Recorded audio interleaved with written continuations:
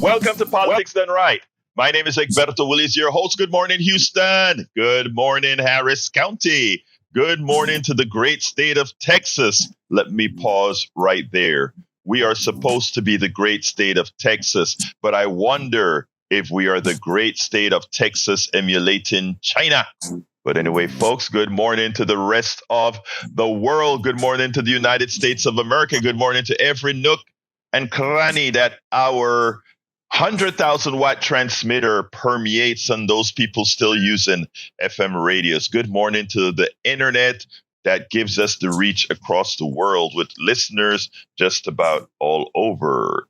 Folks, we are going to have a great show for you today. We have mucho para porque hablar. We have a lot to speak about, but before we get started, remember, today is Aquino Day. It's Thursday. But before we get started, let's go ahead and get our famous geniuses in the studio, the ones that make the permeation of knowledge move throughout Infamous, the baby. world. Yes, I think infamous is about right. How are my brothers doing? Yeah, I'd like to start off by thanking everyone who showed up to the Mercantile yesterday, the Mercantile Coffee Shop, for our remote with Clint Broussard. We had... long time running on remote yesterday. A lot of folks came out, had some coffee with us, and just had a good time. So Great. To everyone who did that, thank you so much. We appreciate it. And I'm going to defer to Jack because I have no rants or thoughts today because it's one of those thoughtless days. Good morning, Egberto. Good morning, Jack. How are you doing this morning, my brother? Well, I was just looking at that UT thing this morning, so Yeah. I got a little something to say about it. State police are acting like barbarians as the politicians and bureaucrats create a police state on the UT campus. The student protest was about the genocide being perpetrated on the Palestinian people. The people's free speech rights are under attack as we speak. It looks like a little bit of Gaza came to Texas. Texas, are you going to allow administrators and bureaucrats and politicians to treat your student body this way? This demonstrates that the authorities fear the truth in what the student protest was saying, so they use violence to silence the people. This is how fascism works, to intimidate the people into a state of fear, so that people will lay down and let the fascists walk on them. Turn the page. Turn the page 2.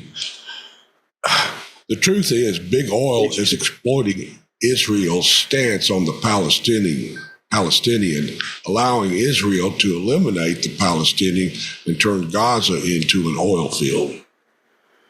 Yeah, that's pretty much the way it is. And the student protest in Austin, we should be protesting everywhere because, look, we're backing with billions and billions of dollars a regime that needs to go and get out of Israel. Because, look, they're doing the same thing the Nazis did to them. Did they like it? No, I don't think they did. And I don't think the Palestinians deserve what they're getting. Yeah, Israel's been twisted into what twisted it. Mm-hmm. Exactly. And as far as U.S. support goes, cut that off. Spend that money somewhere else, like interior, roads, communities that are falling into disrepair. We have a lot better things to spend our money on than this garbage. And that's all I got to say. I agree wholeheartedly, folks. I agree wholeheartedly that we need to stop this. The funny thing about it is, with all these bombs that we're sending, all this money is another transfer of your dollars under false pretenses, a transfer of your dollars to a group of people right here in America that make military equipment, makes bombs. We can talk about all the problems in China, and you'll hear me not our administration, the Texas for acting like China. But the bottom line is, of course, that we are blowing stuff up. We are taking away people's rights. as China is all around the world. Well, I don't care what their pretenses are, but they're building stuff. But that's for another day. But today we are honored. It's Thursday. It's Thursday. It's Neil Aquino with some local and otherwise information. Neil, good morning to you, sir. How are you doing this morning? I'm doing all right. Good morning. Good morning, global audience. So, Neil, I got your two blogs last night. I just read it this morning, and it's funny when I say good minds think alike, because I went to the University of Texas in Austin, and I didn't just go there. I was a full participant in the entire student body, from extracurricular activities to being in organizations, both professional and social and political. And, I was in a group called the South African Liberation Action Committee back in the 80s.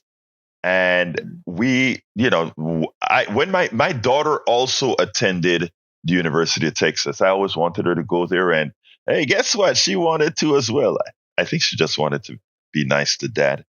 And she graduated out of the University of Texas as well. Now, here's the funny thing. I used to give her hell that they were a passive folk the 4 years that she went to the university. We were used to having protests on big social issues. We had protests on big social issues. And I felt that they were not, as engaged as we were. And now we see the kids are really engaged. Those Gen Zs and younger, they're really engaged. And to see what the Texas police, the Texas DPS, the Austin police did to them. I was watching all this stuff on several live feeds yesterday. It was pathetic. Talk to me about your thoughts. Right. So how long have we said, if only the young folks would get involved in politics, young folks of color, all young folks be involved in politics, right? But when they do, hey, not like that, right? And so we have this large group of folks interested in politics, taking and we're arresting them, and we're suspending them from campuses all across the country. And of course, it was a little bit of like that, not the arrests. But the denigration or dismissal 8 years ago with Bernie, hey, get involved. But no, not like that. So we're telling folks to be involved. They do. And these arrests yesterday, by every account that I have read, which is about 3 or 4 accounts from Austin, obviously I wasn't there, they were not violent. There was no reason for DPS. And remember, that's the very same DPS, Department of Public Safety, that Mayor Whitmire during his campaign said should come and police the streets of Houston. That's exactly who Mayor Whitmire said should come here.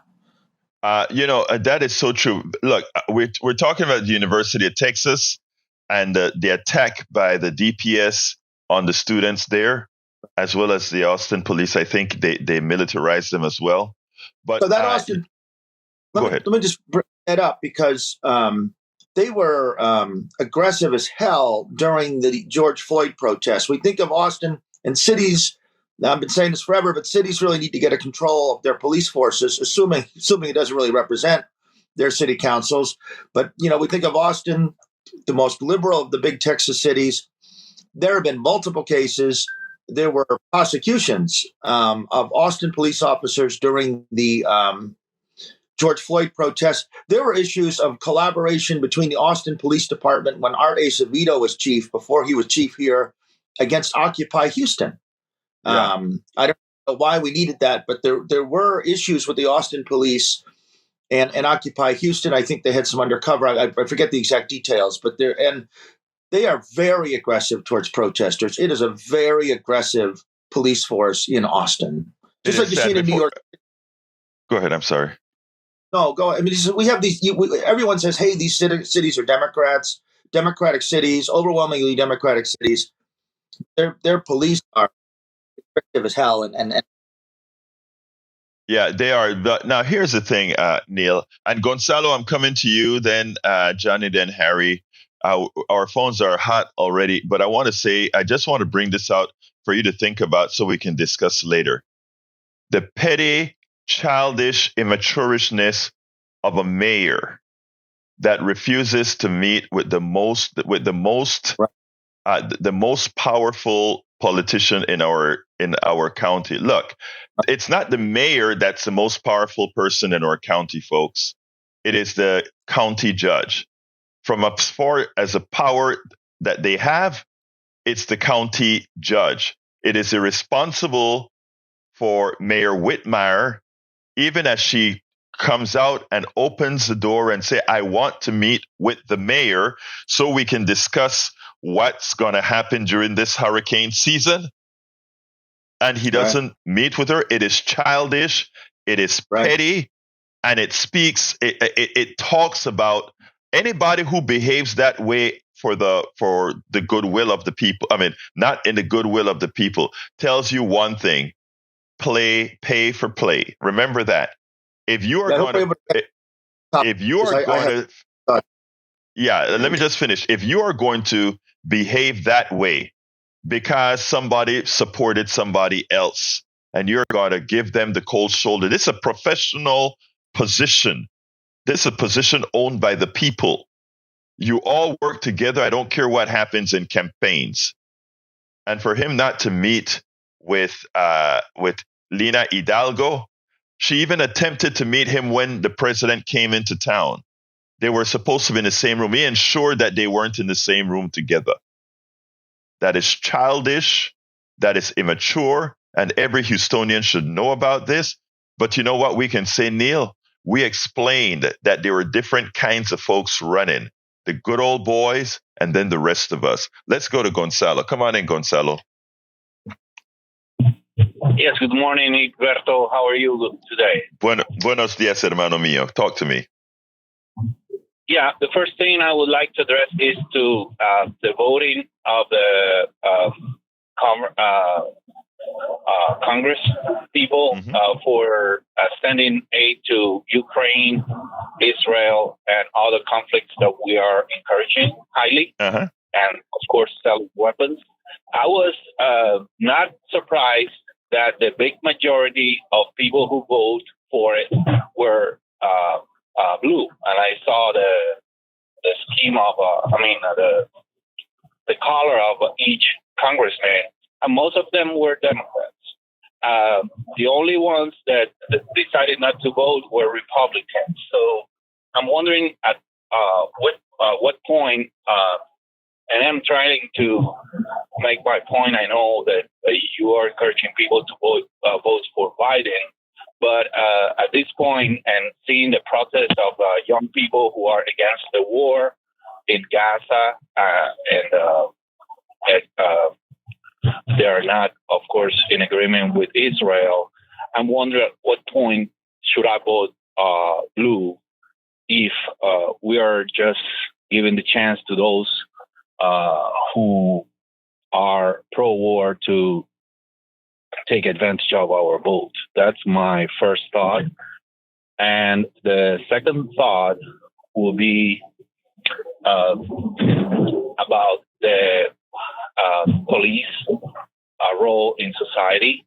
I know that at some point they could turn aggressive. I think on my side, if I compare it to Canadian police force, and I'm just going to give you that example because I have experienced both. And I'm going to give you one example. There was a protest of truck drivers that went to Ottawa, the capital city, to protest, and they blocked the main streets around the parliament. So at some point, the politicians saw that as a threat, and they blocked not only their bank accounts, but they did their best to strangle the protesters, and in a way to get rid of those things of those people who were opposed to them. So I think sometimes democracy turns shady when people realize that they are not as democratic as they are portrayed. And I'm telling you that because even the police, and we all know that the police is a repressive organization. So it's in charge of keeping the society. People quiet to maintain order. There is some form of violence, they should react. I'm totally against the violence of police when there is not violence on the other side, or when they do not counterattack. But these are my thoughts today. Absolutely. Now, let me take care of the first one, the first thought first about when do we're after the advice that I give it as far as vote in your interest. Look, let me just tell you, there are times in life you have bad options and worse options. When it comes to the young people, I will be doing my best to try to explain, to ask these young people, because they are individuals, to ask these young people to step out of themselves, just like I asked myself to step out of myself, and not look at the vote from an emotional standpoint, but calculate what my vote will do. In other words, figure out, if I vote for this person, I extend what will happen, go through the steps as far as what would happen in our society as we do that. Then I go ahead and say, if I have this vote, what would happen? And when I measure the results, right, that's how I make my vote. And I think that answers the question. Before I finish, I want Neil to kind of chime in. Then I have one last thing to say on this. Neil. I'm sorry, I missed the caller's point. Okay, that's fine. So that's fine, because you kind of dropped out for a while. I was off. Yeah, that's fine. You dropped out for a while. Right. But anyway, continuing then Gonzalo. Egberto, let me just say it straight. So you talked the other day that Netanyahu is a war criminal. But yes. Let's say one thing. If we put Netanyahu in that position, and let's just give an example. I want to kill somebody, but I don't have the money to buy the weapon. So I just have somebody who's going to lend me the money, and that person knows that I'm going to use the money to kill somebody. Is that person also a war criminal? Let me, the truth. Actually, yes. Actually, I'm not gonna answer the question hypocritically. I'm not going to answer the question hypocritically. Yes. So I would add Biden and the congressmen who are proposing or who are voting to get our money, our tax money, to support those wars, war criminals. By definition, they are straightforward like that. They are. Gonzalo. They are in complicity with Netanyahu. Gonzalo, I am not going to hide behind some sort of convoluted discussion or argument. I'm not going to argue that. You're right. But here's the thing. Here are your choices. Your choices are. Your choices are to currently support a particular structure that will allow progressives to mitigate that, or a structure that simply will join that. Okay, will join that and expand it exponentially. Look, let me tell you what drives me crazy. What drives me crazy is every single time Biden says, I ask him to be careful in the way he's killing people in Gaza, to be careful with civilians. My thing is, like, there are already 34,000 civilians dead. What the hell are you talking about? At this point, you should say ceasefire or no money. I wish things could work that cleanly. Exactly. That's what it should be. It should be that. I don't disagree with you. But that is not what we have right now as occurring. The question is, if I am taking my host hat off, if I go to the voting booth right now and I said, I know Joe Biden is currently complicit in what Netanyahu is doing in Gaza. That's a statement of fact. But also, every single congressperson that voted for military aid to Netanyahu without any strings attached as far as what he could use that military aid for is also complicit, no less so than Biden. But if I also know as a statement of fact that the Republicans who voted against that were not voting against it out of principle, because these are the ones who voted against that are the same guys who supported the people marching in Virginia saying, Jews will not replace us. Remember that. The same people who voted against that bill are the same people who support those folks who were talking, we won't be replaced by Jews. The biggest hypocritical thing I saw yesterday was when Mike Johnson, the Speaker of the House, went to Columbia University and said that we needed to get rid of the Egyptian president of Columbia University, when he was a part of the insurrection from people who are anti-Semitic. So what I'm saying, Gonzalo, it's a very complex issue when we put this all together. And what you have to do is vote for a pathway, not vote for the person, but vote for the pathway that ultimately can give a changed result. And that sure as hell, in my opinion, cannot be Kennedy or Trump. Because again, let's just, my last question will be, what about if we get at a reset point? So none of the candidates now, either Biden or Trump, is able to get the minimum of college, whatever it's called, college. The electoral college. Electoral college. I mean, we don't know what's going to happen with Trump in the court, because now it's a very serious scenario. And on the other hand, let's say Biden supposedly had a victory when he got the vote for this thing about the war. But let's say that the economy goes back from here to September, and people say, hey, what's going on?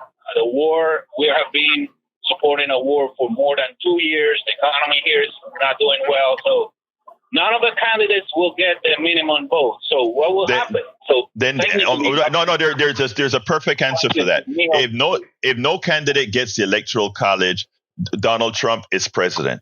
And here's why. The way that is resolved in Congress is as follows. At the point that nobody gets the electoral college, it goes into a simple state-by-state vote.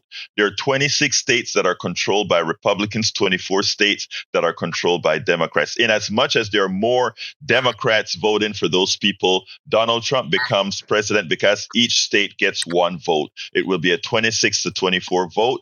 Donald Trump is president. So what I'm saying is Donald Trump is not. I mean, Donald Trump is now in court. So let's say that he. I think we should. Not to be innocent. Yeah, my problem is that it doesn't matter because, again, first of all, if Donald Trump is convicted, Donald Trump can still be president. We have a very flawed constitution. Everybody that loves to talk glory, glory, hallelujah about our constitution forgets that it's really not a democratic constitution, and it's a constitution where it was based on the honor of a certain group of men.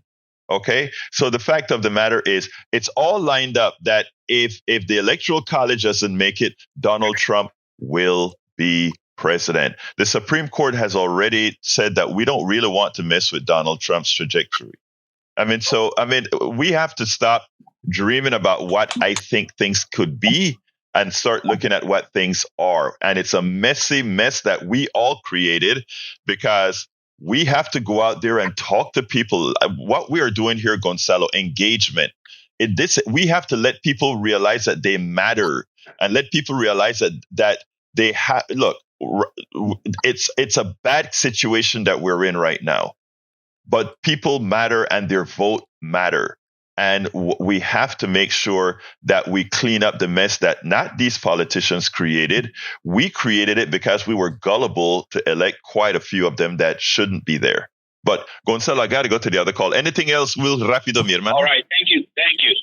Thank you, my brother. Let's go to Johnny. Come on in, Johnny. Johnny, you're on. I trust you can hear me okay? Yes, sir. I had a restless night of sleep, and I woke up after only 3 hours of sleep at 5:30.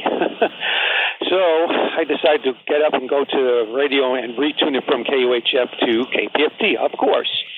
And I started listening to the conversation that was happening between Lincoln Mitchell, who was standing in for Arnie Arneson, and I was very disappointed in both the monotone of the conversation, and they seem to be talking a bunch of word salad on the topic that you guys started to talk about. Like Magic Jack addressed the situation in Gaza between Israel and the Palestinians people. What these guys were talking about within the last 10 minutes of Arnie's program is they failed to recognize one simple truth, that the young people across this country who are protesting right now in colleges, they're having a very human reaction.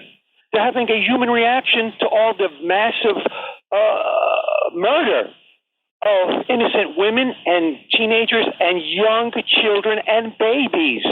This is unjustifiable. And instead, what I heard from Lincoln Mitchell or his guest was some kind of 5-to-1 ratio, and they're talking defensive on behalf of the Israeli people, when the focus is not on the Israeli people, it's not on Jewish Americans, it's having a human reaction to Netanyahu and his soldiers committing mass slaughter of the Palestinians, borderlining on genocide, and they get tripped up by the word genocide, and they try to make definitions and talk about ratios. This is why they're going to lose the rhetorical argument, because they forget the human element. And I was so angry when I heard that. And so Johnny, I am so glad you made it that statement. But before I talk, Neil hasn't said much, so I want Neil to comment on what you just said. I'm pretty sure you heard all of that, Neil. Right. Yeah, I heard it all. And I just want to, yes, I agree with what the caller said. And it's very brief. I just want us to be mindful here that police response in Austin and the police response across the country is what we'll see if we are opposing a stolen election or Trump's refusal to concede or mass migrant.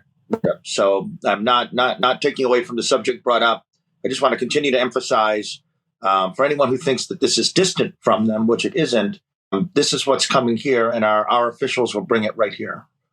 Thank you for that. Now, let me address Johnny directly. Johnny, I am... anytime somebody use the word human when we're talking about what these protests are all about, the reaction from Greg Abbott is, go home and your parents are spending a whole lot of money to send you to this college, and you're out here protesting. No, your parents are sending you to college to be educated so that we can continue with a human social existence. And I am glad that you brought up. I didn't hear the program, Johnny, but I think that's what people fail. Everybody wants to be antiseptic when dealing with Russia. I don't know if you listened to the show yesterday, but I had Mark Thompson on yesterday. And Mark Thompson, first of all, said the portrayal of these protests on the mainstream media is false. He said it is mostly peaceful. There are some provocateurs that come in there. What I saw in Austin yesterday was the provocateurs who were the state. The state came. I mean, if you watch how those guys marched into my campus, I'm sitting down there having. I sat back there remembering how we marched on campus with banners, big banners that told University of Texas divest from South Africa. We were doing the same thing that these kids were doing when they say Columbia, University of Texas, divest from companies that are maintaining the Israeli genocide. That's all they're saying. The same thing that we were saying and protesting back when I was at the University of Texas. And I mean, I had all these screens up with these different kids' live feed on.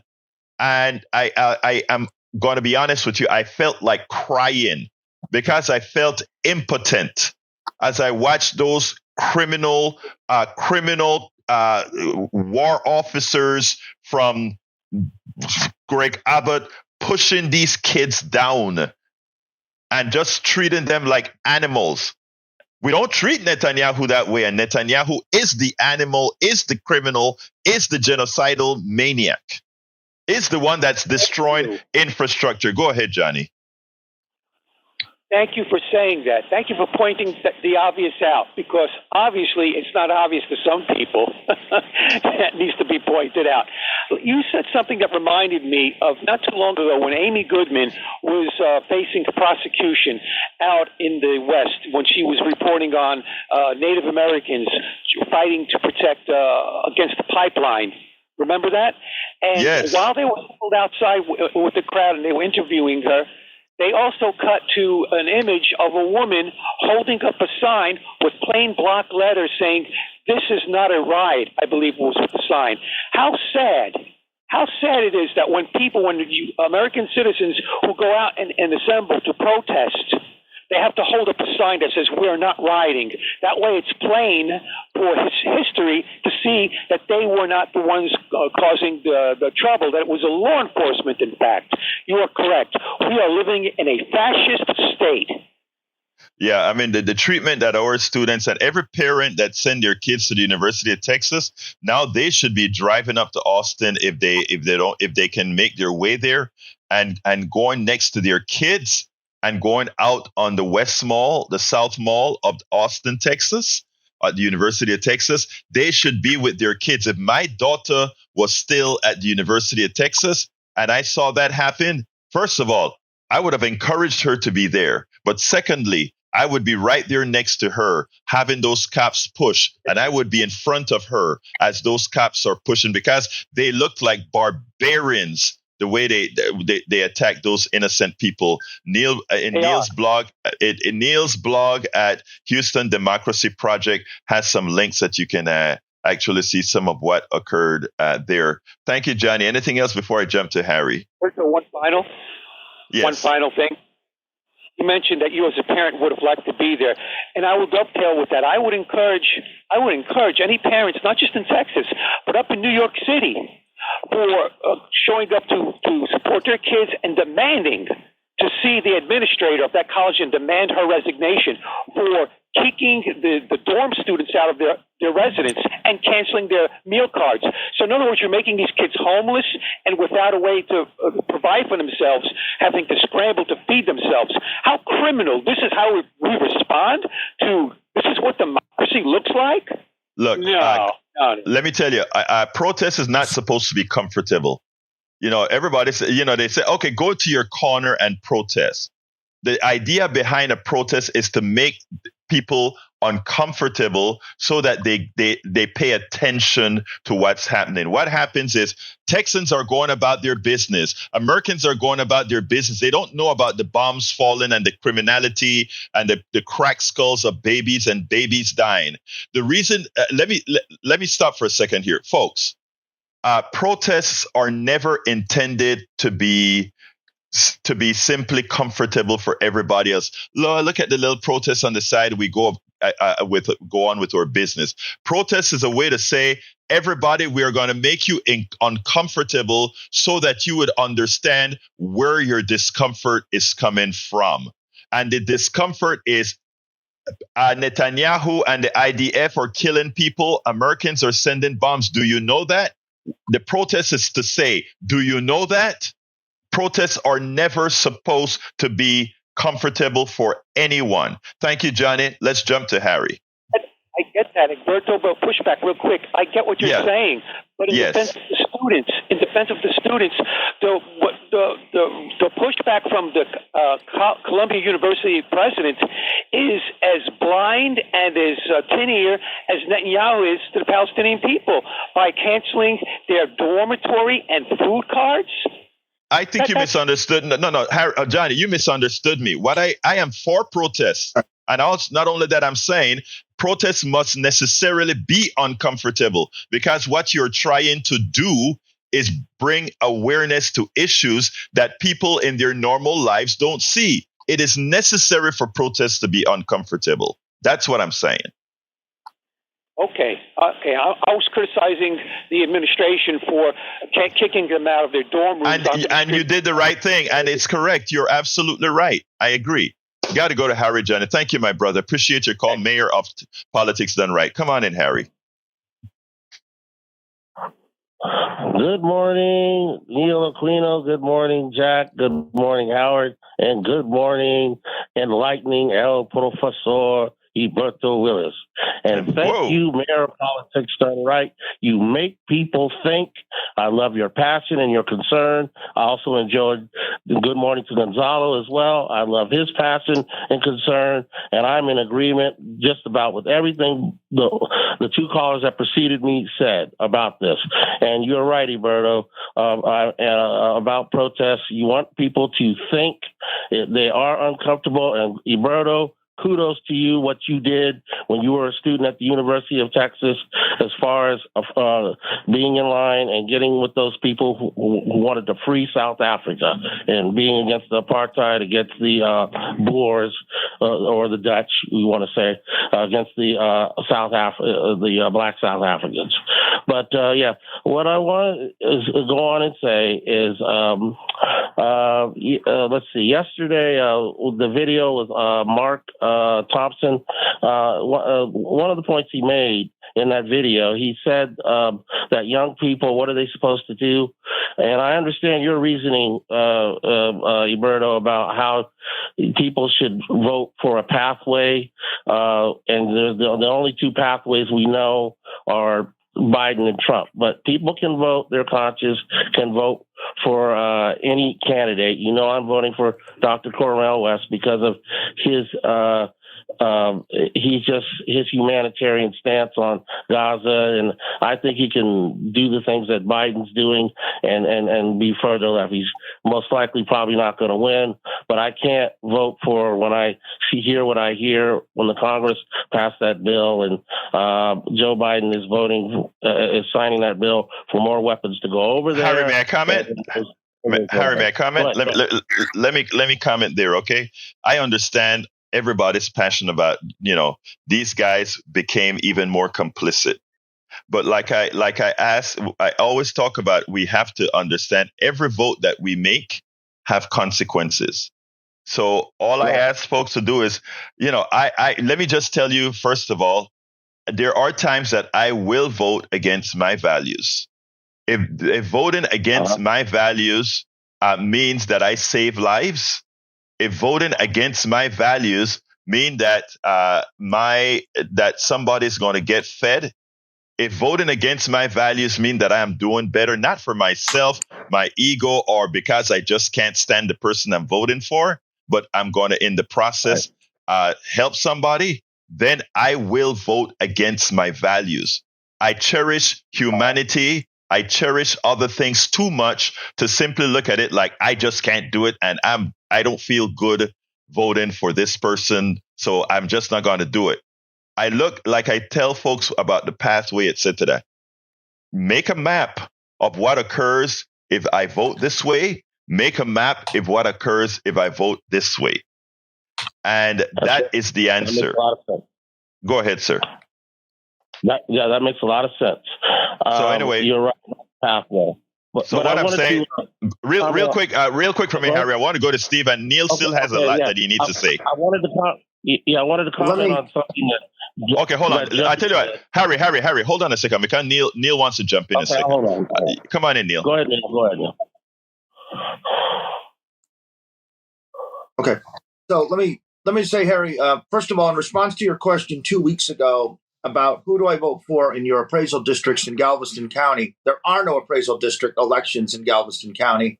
Apparently, there were not enough filers or just one filer in each race. I looked around. It took me 5 or 6 tries, but there is no appraisal district election in Galveston County. And I just want to point out, with protest that the police will protest any police will over-police and review and scrutinize and spy on you for autonomous political protest. I want to make that point that they are there gatekeepers and guardians to both parties, and anything you're doing outside of normal channels, even if it's 2 or 3 or 4 people, they are aware and cognizant of any autonomous action. That is in many respects police. They're policing those kids, young people of Gaza and Palestine. They are there to police all autonomous political activity because they're afraid that anything can become something that they're afraid of. And it isn't supposed to be comfortable, and it is not comfortable if you've protested and you see the reactions of people. They will stare straight ahead, will avert their eyes. That's what the majority of people will do. They won't even necessarily get to the point of evaluating whether they agree with your point or not. They will just. So protest is valuable. I think it does move the needle. It is super important.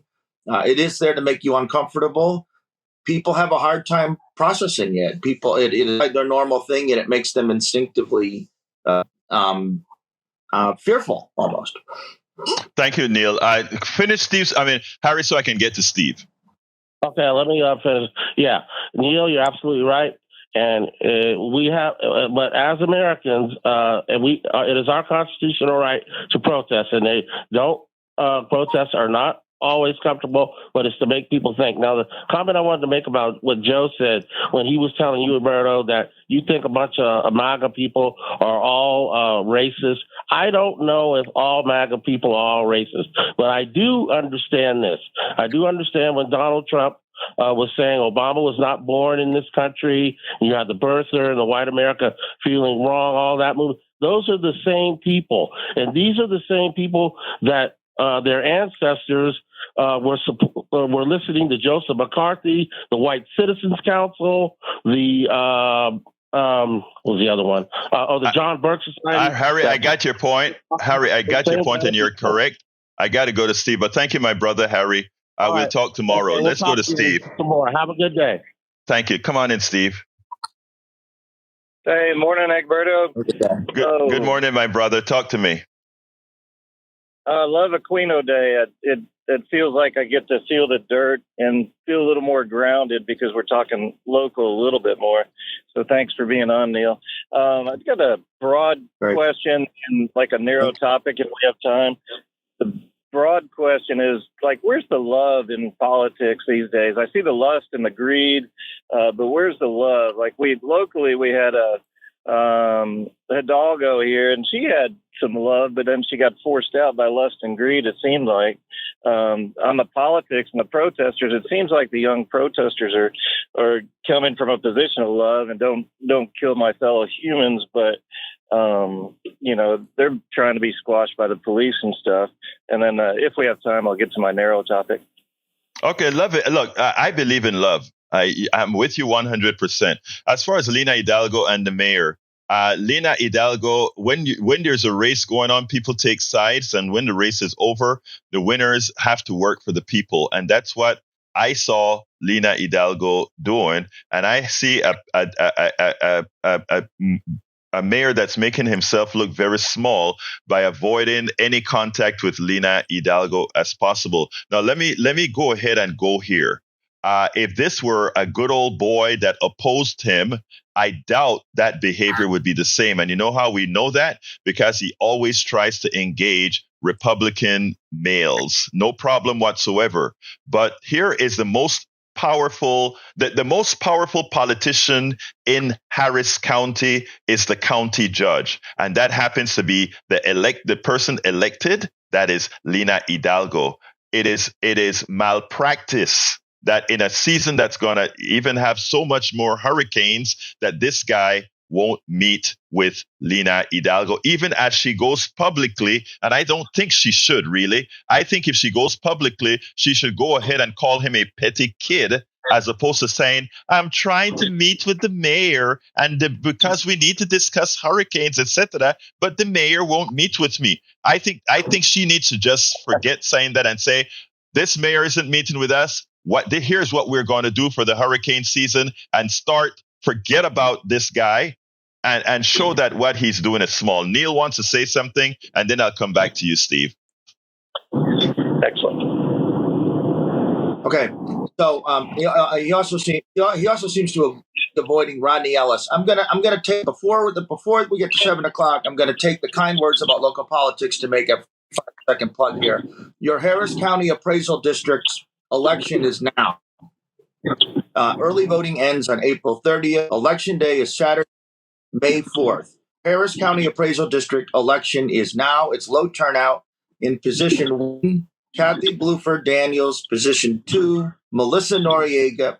Position 3, Palumi Adelki. Okay, Bluford Daniels, Noriega, Adelki. There are 3 seats.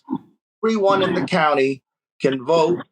If the one opponents for one of those races is a man who filed one of those election denial suits to overturn the 2022 election, every Republican you elect is one more part of the infrastructure of authoritarianism. These are super turnout elections. Harris County District, Bluford Daniels, Noriega, Adelki, tell your friends, your co-workers, your family, everyone who you know about those elections, and whether you're voting for Jarvis Johnson or Molly Cook in the District 15 to complete John Whitmire's term, vote in those 8 races. Daniels, Noriega. The early voting ends. The election day is May 4th. Thank you very much, Neil. Neil, you were breaking up some, but let me just say, Neil, I want to ask you a favor. Put up a page, a blog on your site, please. Houston Democracy HoustonDemocracyProject.com, so that I can cross-reference that to everybody, and we need to let folks know that they need to vote. We're not even hearing about this on the news. Okay, our fourth estate is not letting you know this on the news because they want to ensure that that property taxes disappears. We'll talk about that. Let's talk about that some tomorrow as well. But let's go back to Steve to finish up. Then we get Chris, then Brian. Come on in, Steve. Okay, thanks, Egberto. So I have a sister, and she's been voting for our governor and Trump for years and years, but she's a teacher. She's a teacher in Texas, and finally, as of yesterday, she saw the light. I've been dropping little water droplets on her forever, and she's like, "Well, yeah, we've got so much money in here for education, but the teachers are not getting paid." And so finally, she's like, "Well, let's vote. We got to vote out our governor." So my point, short story point, is even people who are voting for Trump, if like you preach all the time, Egberto, if you throw some information at them, finally they might see the light. And then love to hear a lot more women callers on your show again. Yeah, we need women. You're abandoning us. Did I do something to offend you? Please call us. Anyway, but Steve, Steve, tell your sister that that she's making the right choice. And again, what you did is the right thing, right? You keep loving on folks and you just give them the information, and eventually that seed, a root from that seed may just make it in. So thank you so kindly for you doing what you do. Okay. So please remember that. Have a great one, and hopefully we get more women. Thanks. Thank you, brother. You have a good one. Let's go to Chris. Come on in, Chris. Hey, good morning, Egberto. Buenos dias. Hello. Hello. Hey, my name is, of course, my name is Chris.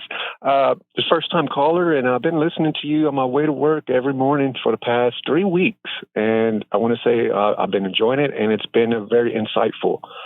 First of all, I just wanted to just get real quick and my experience whenever I was in Iraq with the Combined Action Platoon back in 2004 in Haditha, and what's going on with I wouldn't want to call them protesters because now the way I say it, are human rights activists. Mm-hmm. And the reason why I say this, because what I'm trying to point with the people, what my experience in Iraq and what's going on with any group, it can be involved with any group, any office or anything that has a group, is there's always a bad apple. There's always somebody that's going to make everybody either follow their ignorance or make them do something because there's probably other people that don't know what's going on. Like as far as like what's going on in Columbia, the university, we're seeing police coming in and disrupting the protesters and everything. But I'm hearing from the actual activists saying, this is what we're about. We have people here from Israel. We have people who are Palestinian. We're here. We're more involved with human rights. But because there's so much people and there's so much groups that there's always probably going to be one person, a bad apple, that's going to go in there and try to disrupt it for their own excitement or whatever and probably chant something because there's so much going on. And then with that, there's probably going to be more following that one bad apple and then one because thinking, hey, this is how we're supposed to protest. But I can see now, listening to you, how it's not just about pro-Palestinian, we're pro-Hamas, we're against Israel. No, it's like you mentioned before. Don't mistake Israel as the synagogue or a religion. It's a state, just like here we have a state. We have different parties, politicians, and that's the same thing experienced in Iraq. I was part of a combined action platoon. I lived in a police station for a good 6 months, and the police chief there said, all these people, they're all nothing but criminals and thugs. They want to be jihad. They want to claim jihad. They want to claim they're this, the mujahideen. But all they are, nothing but thugs to have no education and no schooling and no job.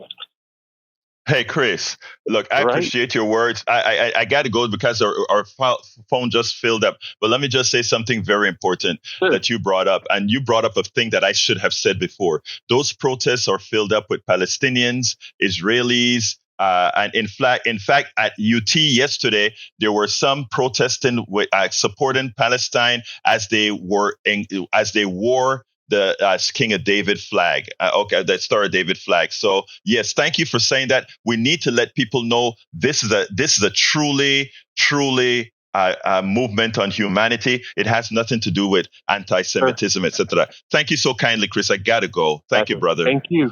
All right. Yes, sir. Let's go to Liz. Come on in, Liz. Line 3. Good morning. Can you hear me? Yes, I can, Liz. Thank you for calling, my dear sister. Good morning. Hi. I was calling because does anyone else find it a little disturbing how so many people are fawning over Mike Johnson for getting this bill passed? Granted, yes, got something done for once, but are people forgetting that he is still an extremist election denier who's a Christian fundamentalist from the South? If they did, my dear Liz, you just made it clear that is you're absolutely right. He is a fundamentalist like these others. But again, you know what's interesting, Liz? The corporatocracy is even more powerful than the fundamentalists, right? Because they forced this stuff to happen. We knew this stuff was going to occur. The defense industrial complex will get its money. Yeah, and what I just don't get is that if they do bring up if Marjorie Taylor Greene does bring up the motion to have him removed, why would Democrats even try to save him? Because seriously, the best thing for Democrats to do at this point is let the Republicans eat each other, and that would help out in November, especially Liz, down the ballot, in my opinion. Let me tell you a dirty little secret also, Liz. If two Republicans, right now there's only a one person majority. If two Republicans vote to not support him, you know who is the Speaker of the House? The Hakeem Jeffries, right? So don't worry about that happening. They're not going to make that happen. I can guarantee you that. But Liz, I don't have any time. Go ahead, real quick. Thank you so much. And just like, you hear people like, oh, he did such a great thing. And it's like, no. He's not a great guy. No, he's Please not. remember that. Thank you so kindly, Liz, for listening. Thank you for calling. And you are the best voice this morning because you are a woman, the first woman of the day. Thank you so kindly. Hey. All right, let's go to Brian real quick. Brian, you got 30 seconds because I'm out of time. Okay. First off, we have the right to petition and file grievances, but you can't block a highway and say, okay, no, this is my protest. You can't stop someone from going to work. That's kind of illegal. And Lena Hidalgo Lena Hidalgo was kicked off the Houston area council for not not going to the meetings. And what did they discuss? Brian, thank you, Brian. Brian, no, but the power lies in in her office and the mayor's office. We'll talk another time, Brian. I'm out of time. Sorry, my fault for the management. Thank you, but let's go to Ted real quick. Ted, you got 30 seconds, no more, no less. Okay, well, I just want to remind everyone, I'm really upset that all these kids, all these college students are protesting for people who murder homosexuals and abuse women. I'm talking about the Arabs that live in the Israeli area. And, they have 160. That's your 30 seconds, Ted. I get it. I get where you're coming from, Ted. Call me back tomorrow because I'd love to discuss what you just said. Call tomorrow, but I'm out of time right now. Thank you, my brother. I do appreciate you. Neil, give me a closer real quick. Very good. Don't forget HCAD elections. Early voting ends the 30th. Election day is May 4th. Houston Democracy Project, HoustonDemocracyProject.com. Give it a look. All right, studio. Nothing from here. Jack? Nope, nothing here. Okay. All right. Anyway, folks, my name is, first of all, please go to politicsdoneright.com/newsletter, politicsdoneright.com/newsletter for all that we didn't cover that was in that newsletter that we were to cover today. My name is Egberto Willies. I want to thank Anil Aquino from Houston democracyproject.com. My name is Egberto Willies. This is Politics and Right, and you guys know how I end this baby. I am what? Out. We spend a lot of time deconstructing the news, trying to parse it into a form that everybody can understand. We try to find those little nitpicks where it flies above the fray, etc. If you really like these videos that we do, I want to ask a big favor. Please go ahead. Number 1, subscribe to our channel. And number 2, please join if you can. Thank you so kindly for watching. Keep watching. Please remember to share. We must populate the entire internet with our progressive message, a message that we know is what most Americans say that they want. So help us, please join.